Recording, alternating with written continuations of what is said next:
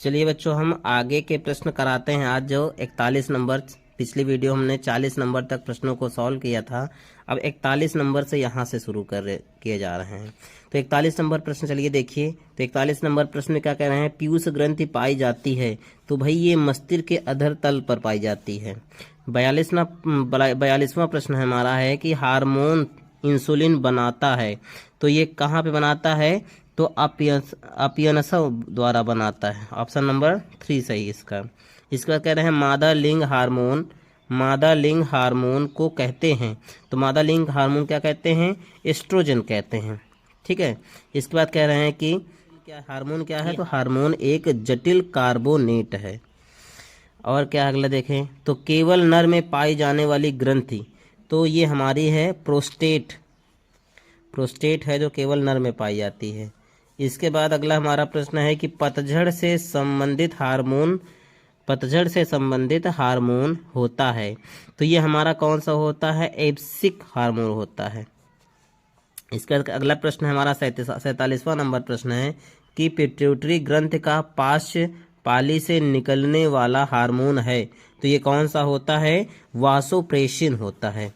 इसके बाद 48वां नंबर प्रश्न हमारा है कि कैल्शियम फास्फेट के उपापचय के नियंत्रण हेतु हार्मोन स्रावित होता है तो ये कहाँ होता है? पैराथायराइड में होता है। अगला प्रश्न है कि प्रश्न नंबर 49 क्या कहता है? घेंगा रोग का नियमन करता है तो ये क्या करता है? नियमन कौन करता है? तो यह थायरॉक्सिन करता है। इसका अगला प्रश्न है निम्नलिखित में से कौन सी प्रक्रिया केवल जंतुओं में पाई जाती है? तो ये हमारी तंत्रीय नियंत्रण की प्रक्रिया है जो केवल जंतुओं में पाई जाती है। प्रश्न नंबर 51 क्या कहता है हमारा कि निम्नलिखित में से कौन टेस्टोस्टेरॉन, ये ऑप्शन हो जाएगा 4 नंबर सही। इसका अगला क्या है? मुकुलन पाया जाता है तो मुकुलन कहाँ पाया जाता है? तो हाइड्रा में पाया जाता है। इसके बाद अगला प्रश्न है 53 नंबर प्रश्न कहता है कि निषेचन के बाद पुष्प का कौन सा भाग फल में बदलता है? तो ये है अंड या बीजांड इसको कहते हैं। ऑप्शन नंबर 4 सही है। 54 नंबर प्रश्न क्या कहता है? नर जनन अंगों से संबंधित ग्रंथि है तो ये प्रोटेस्ट ग्रंथि है। ऑप्शन नंबर 3 इसका सही है।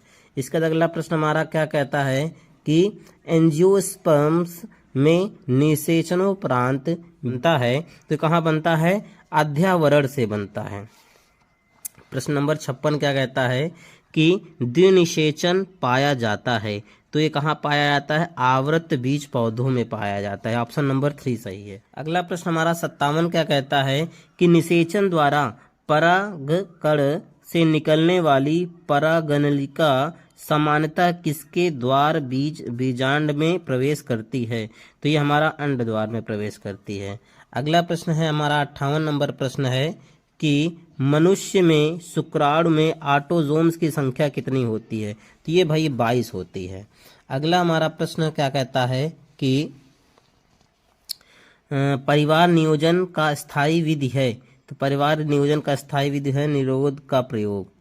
अगला कौन सा है? 60 नंबर प्रश्न क्या कहता है कि पौधों में कायिक प्रवर्धन के लिए कौन सा भाग अधिक अनुकूल है? तो ये तना होता है। अगला हमारा 61 नंबर प्रश्न है कि मानव में भ्रूण को पोषण मिलता है तो कहाँ से भ्रूण को पोषण मिलता है? तो प्लेसेंटा से मिलता है। अगला क्वेश्चन है 62 नंबर कि पुष्प में लाल रंग प्रभावी लक्षण है, इसका विपरीत या तुलनात्मक लक्षण क्या होगा? तो ये सफेद पुष्प होता है।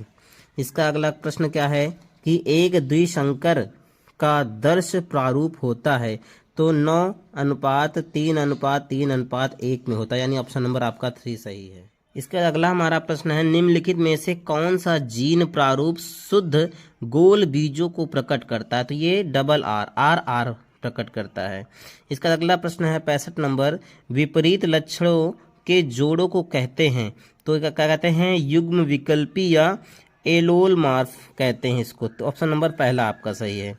इसका अगला प्रश्न हमारा आनुवांशिकता के जनक हैं तो ग्रेग जॉन मेंडल, ये इसको ग्रेग जोहान मेंडल कहते हैं। ऑप्शन नंबर 3 आपका सही है। इसका अगला क्वेश्चन क्या है हमारा कि पृथक्करण का नियम प्रस्तुत किया था तो किसने? ग्रेग जॉन मेंडल ने किया था।